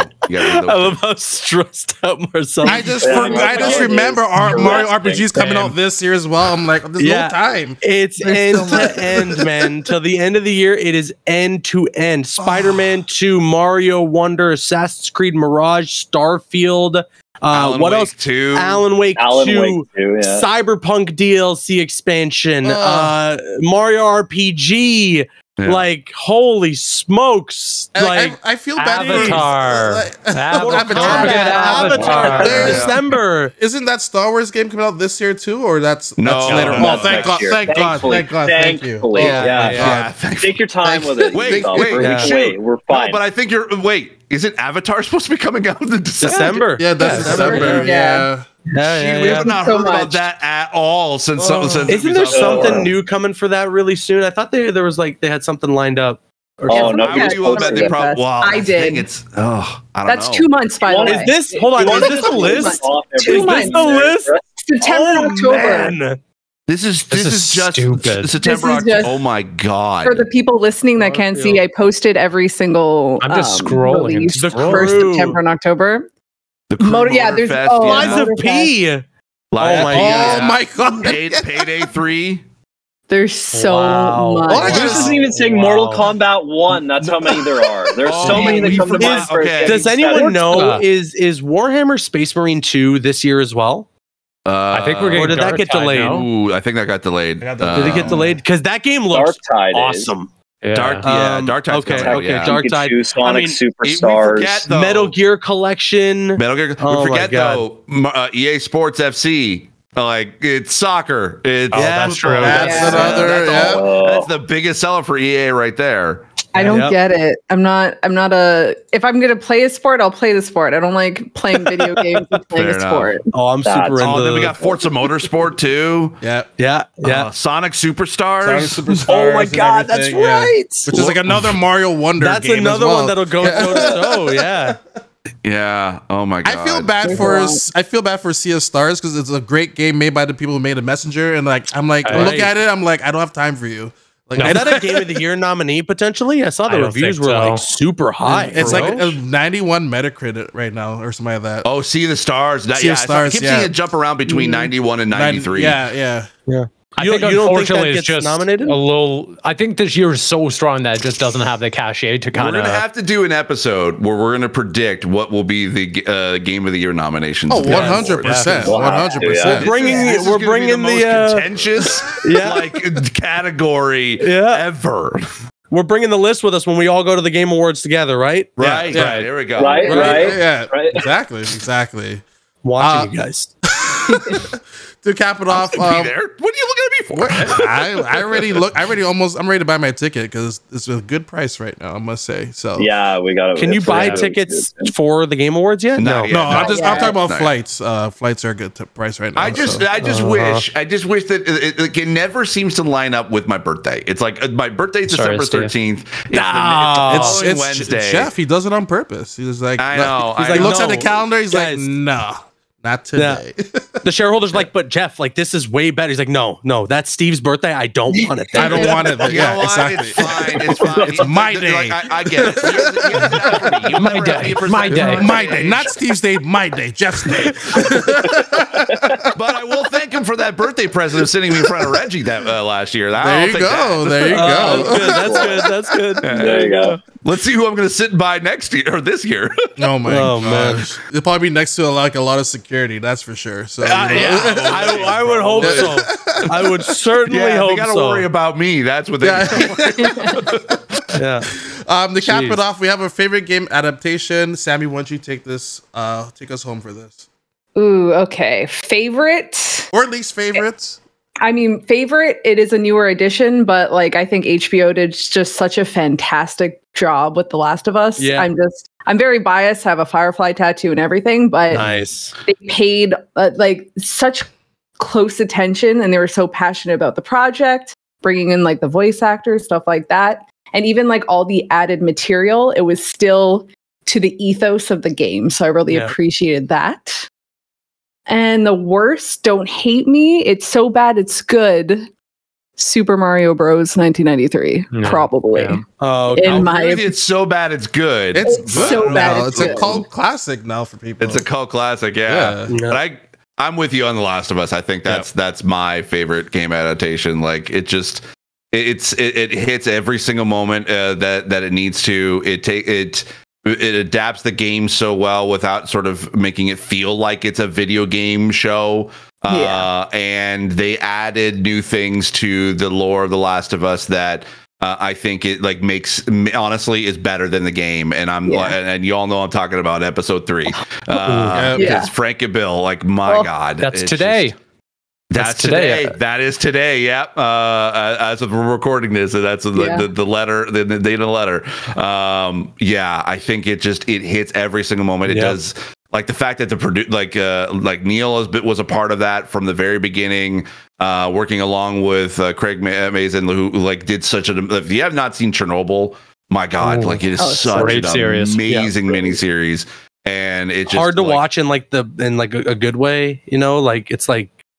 The more you learn about it, the more you're like, "Jeez, man!" You know, like it's heavy. It's a very heavy show to watch, but it is extremely well made. And I think it just and then having roles for each of the main voice actors, including some of the cast. I love seeing like even the Easter eggs of it, like seeing Laura Bailey as as the nurse.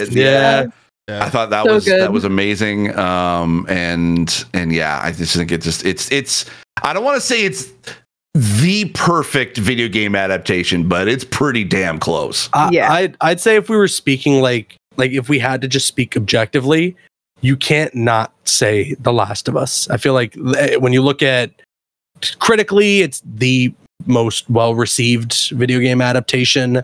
When you look at just the fan reactions to it too, a lot of people loved it. And then obviously, like you were saying, Steve, just staying very true to the source material, keeping on board a lot of the original creators of the franchise too, they did all the right things. They hit all the right notes. Other great ones though, like I think I just watched actually for the first time the sequel to Sonic, the movie. I thought that was a ton of fun. Really honestly surprising how enjoyable those movies are. But for me, just as it's kind of a guilty pleasure, I guess you could say, but honestly, like it's near and dear to my heart because I grew up with it. The 1990 Mortal Kombat movie. It's that music. The song, man. The song alone. Yeah. They played it again, still in that newest TV spot with Dave Bautista. Like it still holds up to this day. It is beyond iconic. Even Kerry Tagawa, the guy who played Shang Tsung in that movie, came back as Shang Tsung in MK1, which was so cool. The worst adaptation is the sequel to that movie, actually. Mortal Kombat Annihilation is a Mortal Kombat abomination, actually. It is, they killed off Johnny Cage in the first 5 minutes, and man, it does not get any better after that. Like, it's not just downhill, like it's a 90-degree drop after that. Like, jeez. For me, I will say the Edge Runner with Cyberpunk. I haven't seen that yet. I'm living proof. I've seen that game drive more sales for that game, and probably brought back more of interest to that game because I actually played it while when the anime came out, which I didn't even know the anime came out at the time. I was like, let me just play it because they fixed the game now. You know, that's why I was playing. And then people were like, "Oh, have you seen the show?" I'm like, "No, I haven't." And when I watched the show while I was playing the game, I'm like, "Oh, I can see why everyone's coming back to this game." And like I said, they pretty much brought new life to that franchise. And it was a really fantastic show. For me, I was gonna say Mortal Kombat the second one because I was like, that was a pretty bad one as well. But you know what? I'm gonna say a unpopular one. I'm gonna say The Witcher is my least favorite one. Because I couldn't watch that show at all, and half of it is just him, just like I'm gonna sleep with this person now. I'm like, all right, I'm done with this show. But now is that cheating because it's technically a book adaptation? Yeah, it was a book that got turned to a movie that got turned to a TV show. And that's why I'm your new host for the gaming podcast. Oh, wow. You know what? I mean, I'm sticking with my answer here. It's complete garbage. All right, that show I don't disagree. I can watch it all. Love the first 2 seasons. The last season, they're just like, oh, Henry's leaving. Let's like not market it. Like, let's not do anything. But the let's make it as bad as possible. Is what they did. The CGI, they're like, let's half the budget. It's not good. Mm-hmm.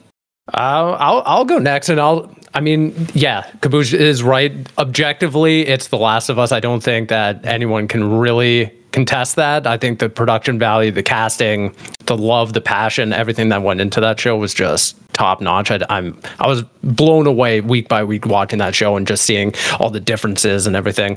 I do want to give a quick shout out though to my second favorite one, only because I want to give it some flowers, and maybe it's recency bias, but I will say that Twisted Metal is actually way better than it has any right to be. Not bad, yeah. I went into it, I was like, there's no way these people that are talking about it online that got to see it ahead of, Canadians getting to see it. I was like, there's no way it's this good. They're just talking about it because it's a video game show. What is it? Is it the action? Is it like the story? What is it that's like, whoa, wait a second. It's a commitment to the world and characters. The first episode, maybe 2 episodes, I was like, okay, I get it. It's endearing in some ways. Like, it's kind of funny. I'm laughing at some parts. I'm rolling my eyes at other parts. But then you keep going, and it's like, oh, they're just committing to, this is the world. This is Anthony Mackie's character. And by the end of it, I was like, oh, shit, I care about these people. Okay, like, all right. I'm not giving anything away, but that last episode, I was like, holy shit, they're actually doing it. And by the end of it, stuff happens and credits roll. I was like, oh, I'll take season 2 right now. Like I am in for I gotta watch it as well. I think it's what 10 hours, right? The complete thing's 10 episodes, about like half an hour each. Yeah. Oh, half an hour. You're looking at like 5 hours. Oh, really? Okay. I thought it was an hour. I don't know why. Yeah. Sweet Tooth in it is really good too. Yeah. Like Will Arnett I was bothered though. Samoa Joe. I was bothered that Samoa Joe didn't do the voice. I wish he did the voice. I will say that's probably my least favorite part is having Will Arnett in there because it just sounds like Will Arnett like covering his mouth while he's talking. I kind of wish that they just committed and they're like, Samoa Joe, just do your best. The way Samoa Joe acts and stuff, like it seems he's got like that is true. Like the ADR is good. And then for my least favorite, it's Monster Hunter. I watched 5 minutes of that. I was like, I'm done. I forgot that was a thing. Garbage. Oh my god. Oh my god. Wow. For what should have been a pretty decent adaptation, that was hot garbage, and I couldn't. That just reminds me of like, okay, the original Resident Evil movie with Mia Jovovich. Yeah, pretty solid. It was good. I will say, I will go to bat and say the first 3 are watchable. Really good. Yes.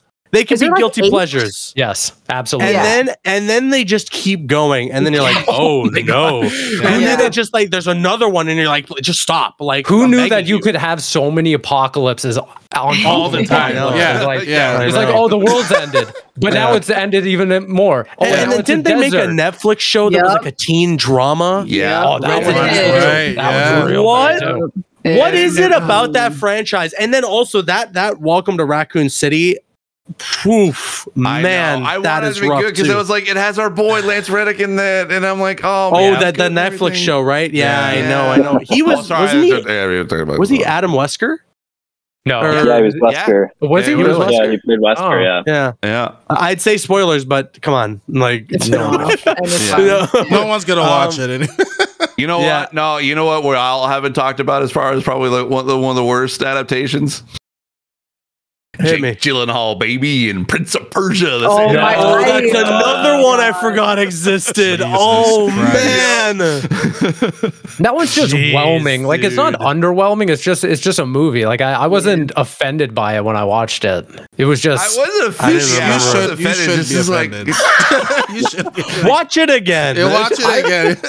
I was more offended by Assassin's Creed. Oh my god, yes. And the that's another bad one that I forgot existed. I was visibly angry watching that movie, being like, "What are you guys doing?" Fassbender, like, how was he convinced to do that? Even like, what did his agent tell him? What did his agent get told that made him want to be like Fassbender? You got it. Yeah, seriously, there must have been something, you know.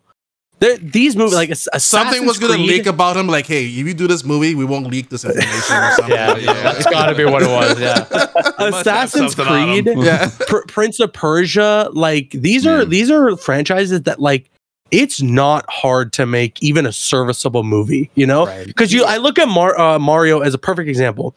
Didn't like blow anyone's minds. Nobody was like going like no one was walking out of the movie like raving about it. But it's perfectly fine.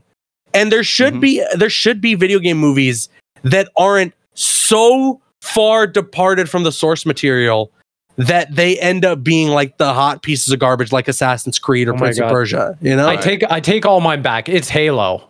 Halo was You're right. It is Halo. It is Halo. I'm sorry. As soon as they take off the helmet, it's the worst damn adaptation I've ever seen in my entire life. No, you ruined it. You ruined it. Anyone who defends that show, it's because you don't like Halo. I'll gatekeep. All right, I will gatekeep. I'm all for okay. You want to make your own timeline. You want to like not necessarily be so like tied to the source material. I'm all for that. Make your own vision. Like whatever's cool. Like I'm all on board. And that first episode wasn't that bad. It actually kind of sold me a little bit. Agree. I want to watch. I agree. But the more it went on, like I stopped watching after episode 3. I was just like, I saw Master Cheeks and I was like, nope, I'm out. No. Like that's it. In what universe do you have Pedro Pascal willing to only show his face on The Mandalorian like once or twice a season, but you got Joe Schmo from the street that you guys just picked up who just cannot put the helmet on for more than 10 seconds? He was pouring stash and Orange is the New Black. Keep the damn helmet on for like a half a minute, maybe even. Like what you guys, the costume department did such an incredible job with that show, only for them to be like, no, actually, we want you to look at Master Chief's ass. You know, like, what is going on? They on? took the helmet off. They took the whole thing off. The writers were out to lunch with that show. Well, I think they asked them. They're like, "Oh, have you played the games?" Like, no. Yeah. Yes. Okay, well, there you go. But you know what? Okay, in fairness, they said that similar thing with The Last of Us is they didn't want Bella Ramsey to play the game. I think they didn't want Pedro Pascal to play the game either. Yeah, but they got the guy who wrote the games. That's the thing, right? Part of it. The point was not that they didn't want them to see the source material. The point was that they wanted them to breathe new life to the source material. So they already had the guy who knows it in and out and is going to help direct these actors in a way that like helps service that, but also give new ideas, have a fresh take. Exactly. That's how it should be done. And you had two very competent writers write the script and then produce it, direct it, all of this. Yeah. In Halo, it just seems like they just went to ChatGPT and they're like, Halo TV. And they just pumped out whatever the hell that this AI gave them. No, the biggest issue, honestly, with the Halo show is, and like, just to be frank, as much as I do enjoy Halo Infinite, I just don't think 343's got the sauce. Like, I'm sure they were consulted as well. Yeah. And they like, I know there's some people from Bungie who were there, but it's just not, Halo is not the same, and it will never be the same that it ever was. I think that 343 definitely needed a little bit of like a leadership sort of swap, because I think that like that, I mean, it really kind of came down to that. I think, like, and also as well, I mean, Halo has been changed. Like the series, has changed so many hands over the past 2 decades. Like it was going to be Steven Spielberg, then it was Neil Blomkamp, then it was back to Steven Spielberg, and then it just had such a weird, tumultuous journey that basically it was just sort of like, okay, we got to do something, and then it just so happened that this was the something, and it launched on a platform that like what Paramount Plus, like who really subscribes to Paramount Plus? I mean, I'm just, I do just. I mean, I like Bar Rescue. That's the only way to watch it. And the guy Paramount 2 is you subscribe to Paramount Plus for Yellowstone. I mean, Paramount is Twisted Metal as well, right? Yes. Yes. Yeah, it is. Yes, it is. Yeah. They're building a catalog. They're building a catalog. They've got a very strong catalog of gaming content. Yeah. Yes. Oh, really? Yeah. They have Sonic. They have a Knuckles show coming out. Oh, they do. Okay. They also have Halo. They also have Twisted Metal. Like, they're starting to go pretty heavy into the gaming content. Interesting. You know what? I'll even throw this. I want to throw this out there as far as the thing, because we know we're talking about like the best and the worst. But what are your opinions as far as like what was one that was like it was good but deserved better? Like I sort of my thinking is the most recent Tomb Raider game with Alicia Vikander as Lara Croft. I thought that was that was a good film that deserved better, and I would have loved to have seen Alicia do a more as Lara Croft in that role, but it just did not hit well with audiences, unfortunately. I actually agree with you. I remember walking out of that being like, that was kind of good. Like I didn't really mind that. I think they did a good job servicing the character and the world, and it felt very Tomb Raider. But yeah, like I guess not a lot of people really responded to that. They wanted Angelina Jolie. That's Everyone right. That's right. We need her back. She's my Lara Croft right there. Yeah. Riley, did you have one? Sorry, I don't know. Riley didn't. Oh, sorry. I didn't. And Steve didn't. Did Steve and Riley go? I think Steve said Halo. Steve said Halo. Halo was the He started this whole tornado of a mess. Steve really liked Halo. And I think that he loved Halo. And I was going to say the Mario movie was like exactly what I wanted it to be. Like it could have been a little bit longer and explained things a little bit better, but I was like, no, that's exactly what I wanted that to be. Yeah, so I was happy with that. But also Castlevania was really good. Ooh, Like, God, there's Castlevania was some so good. stuff, man. You have like the whole Pokemon anime was like iconic, like all those sorts of things. But Castlevania was really good. What was the League of Legends one? Oh, Arcane. Arcane. Oh Like, my God. Yeah. There's been some good video game adaptations as of late. Oh, man. yeah. Like the last 3 to like 5 years, very good. They're yeah. finally figuring it out, I think. Yeah. Mhm. That's awesome. Sometimes. And then my least favorite, I feel like everyone got such good ones, but Rampage was awful. The movie with The Rock. Oh, yeah. my God! I forgot that was a video game movie. Yeah. That was awful. They had like a Skylanders TV show. They've had all that stuff. Like I have they've no like idea. a Rabbids TV show was on Nickelodeon. Like I haven't really watched it. What do you guys think of I have no Cuphead? idea. That's another one. Like there's so many of them. Cuphead show. I think they missed the mark on Cuphead. Yeah, Personally, I agree. I think they leaned too heavily on it being like a family friendly, like Saturday morning cartoon thing. I think they should have kept that vibe and animation style, obviously. I would have But loved them to do that made animation style, because like that was the charm for that game for me, was just Wait, that they it didn't looked do like it the was coming out of old-timey the thing? 30s. They did. No. Well, they tried to, like, it was inspired by it still. Okay. But it was very much like here's like the classic Saturday morning cartoon where like you go in and learn a lesson at the end of it. Yeah. And I was like, yeah, we're positioning the show for like kids, but they would never be able to pick up the game. Like they don't drive 5 minutes in. Like it's just such a weird dynamic. That switch is getting broken. Oh, guaranteed. Yeah. If those kids are jumping into play, like say goodbye to the. It was just a Nintendo weird Switch. dichotomy of like let's position this whole TV show for younger kids, but then have a game that would just abuse them after. The show teaches you a lesson. The game will teach you a few as well. Exactly. Okay? Man, I'm curious. What did everyone think? I don't know if there's like a bunch of WoW players here, but what did you think of Warcraft? Like the 2000. Didn't that movie make a ton of money? Yeah. I think it made a lot of money, but then it got like the reviews. Yeah, sucked. I don't remember people loving it. I mean, I think it kind of goes back to Steve's question, where it's like, what are some movies that were like good but deserve better? I would put Warcraft there, Detective Pikachu, for sure. I think it did well. It made an all right amount. Yeah. It made an all right amount. I love Detective Me too. That was I such just a good wish we film. got like more out of it. I think there's are they working on a sequel? I think they're I working on a thought they sequel. were. They keep saying for that. the game Apparently they're doing a live action TV show with Netflix. Oh, Is Ryan Reynolds returning? I don't think it has anything to do with Detective Pikachu. I think it's going to be like an actual Pokemon journey. Yeah. Oh, right. Oh, yeah. Okay. Yeah. So I read here that in February 2023, a representative from Legendary Entertainment said that a sequel is still in active development.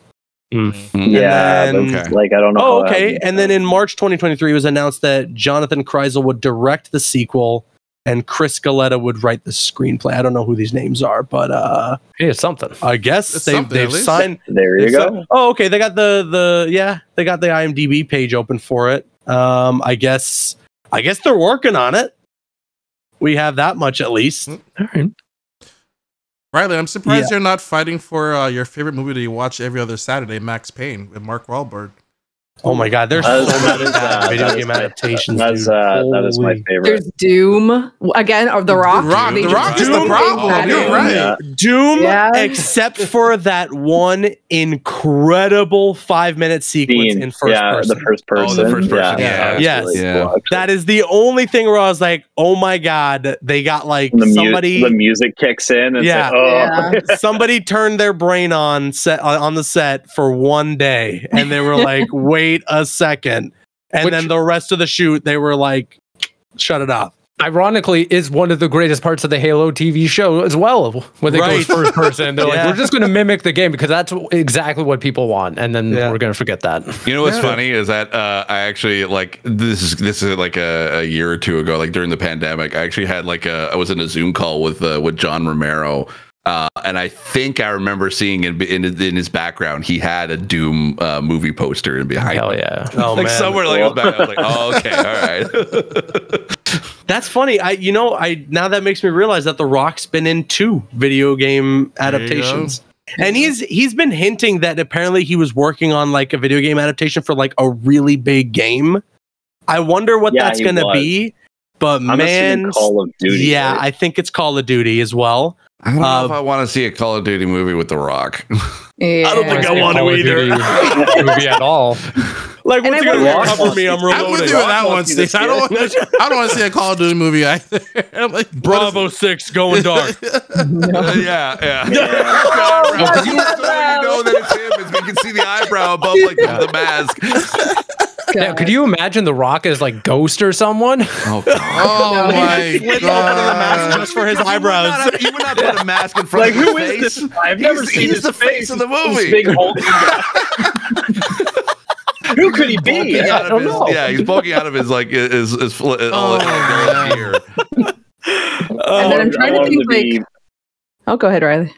I was gonna say I want him to be Makarov or something stupid like that. Be the bad guy. He has to be the accent too. No, like, I want him as no Captain Russian. Price. Make The Rock Captain Price. Like, let's make it happen. No. Who's that? Like weird, like that weird evil doctor in the Call of Duty Zombies. Oh my god, the German dude. The German dude. That would be incredible. That actually might work. That might work. There is a lore enough in Call of Duty Zombies to make a movie. Hell yeah! Honestly, Hell like yeah. that could make for like a really like just make like an anime or something like that. I'm telling you, there's something there. There's something there that could be really fun. So cool. Yeah. That would be awesome. I wonder, does anyone know the Warhammer project that Henry Cavill is a part of? Is that going to be a movie or a show? No, but it probably is going to be good.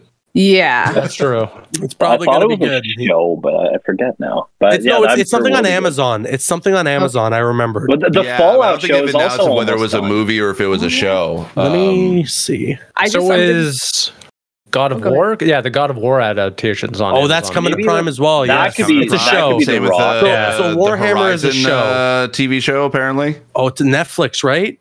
Mm-hmm. Yeah. That God of War Prime series has got to be like, and it's got to be Last of Us levels good, man. Yeah. It cannot just be kind of good. Who's with me in saying that Chris Judge should be Kratos? Please. In this? Yes, like, he has the build. He's an actor. Voice. Absolutely, he's an actor. He's basically played almost the same role in Stargate.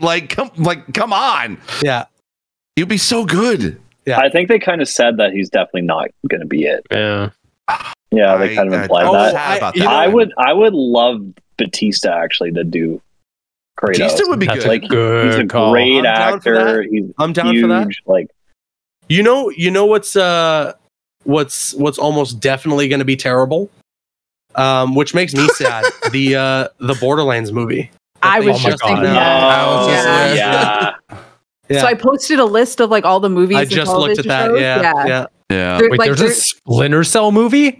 Yeah, I remember hearing about that. What did everyone think of Gran Turismo? There's no way that's ever happened. I haven't watched that yet. No? I haven't watched that yet. Oh, Gran Turismo?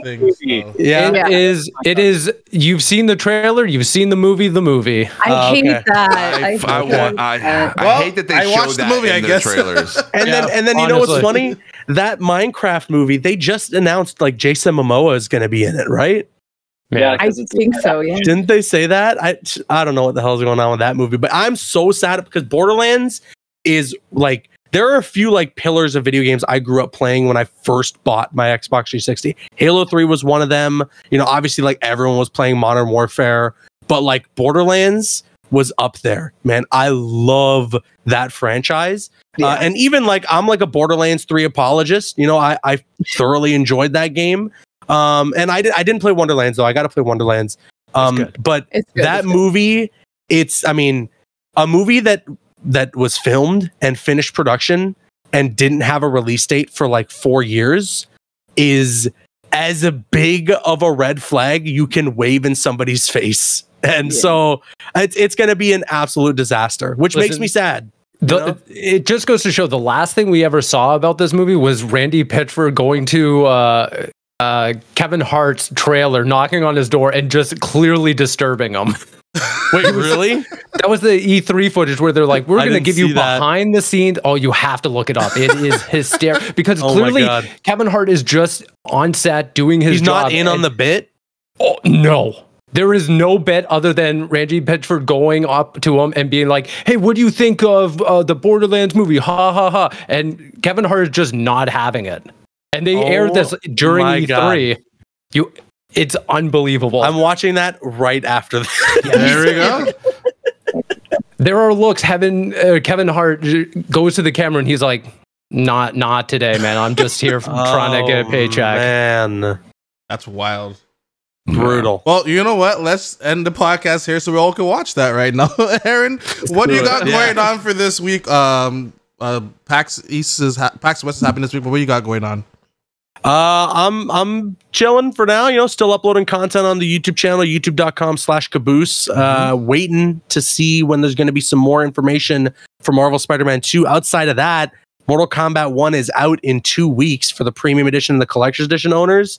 I cannot wait. I'm very excited. And also, in a couple of days, we're going to get our hands on the console or the covers and the controller for Spider-Man 2, which I'm really looking forward to like seeing that and getting that in my hands. You were so close at Fan Expo, but they had a whole glass. They had a glass in front of you. I almost had them. But yeah, outside of that, you can check me out on Twitter and Instagram at CabooseEK. You can check me out on TikTok as well, Aaron Caboose. That's ErenCaboose. Awesome. Sammy, what you got for us? Tomorrow I will be going to an event that I'm not sure if I'm allowed to say what yet, but there'll be something after for sure. Okay. And other than that, I wish I was going to PAX, but I'm not. So I'll just be at home. I might have room in my bag, but I had to double check. Okay. Yeah. I'm gonna just play Baldur's Gate this week, and yeah. Nice. Yeah. All right. And Steve Saylor, what you got for us?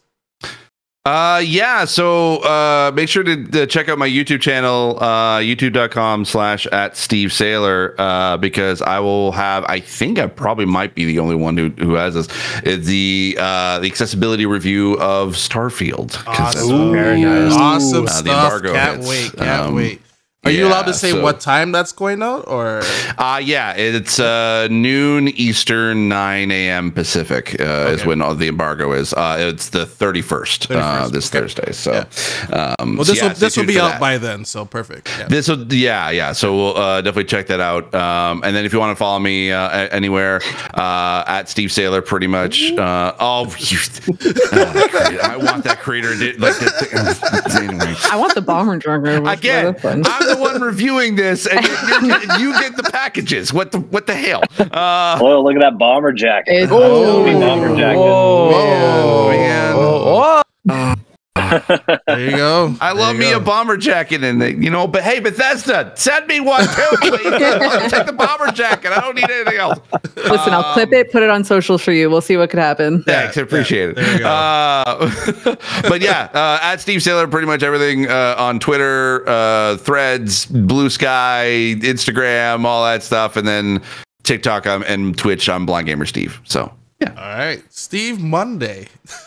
Monday. I am also attending a preview thing now. Sammy, I'm pretty sure we're doing the same thing now, and now I'm wondering whether or not I can say anything. Yeah, we'll talk. Anyways, it's for an upcoming game that I'll be able to talk about it soon enough, which I'm excited to do. But that's basically the only big thing I got going on this week. Awesome. And Riley? Well, we're gearing up for the launch of Starfield, so doing a lot of that prep work right now. And then I had my interview today with the Mario and Rabbids creative director, so I'm prepping some of that content, and it'll be on social for Walmart shortly. But you can follow me on Twitter or Instagram or Threads at the Riley. Well, I guess it's X, it's not Twitter, but it's Twitter. It's Twitter. It's forever Twitter. Have you figured out to launch a Walmart into space yet, or what's? Or? I haven't even played the game, so I'm not breaking embargo because I don't know, but I'm going to. There you go. Awesome. For me, I'm gonna play some Rayman later on tonight, and I'm gonna be heading out to PAX West on Thursday. So I won't be back until Tuesday. So. Yeah. Awesome. Well, have a good trip. Thank you so much. Yeah. Thank you. And that's pretty much it. We'll see you guys next week. Have a good one. Goodbye.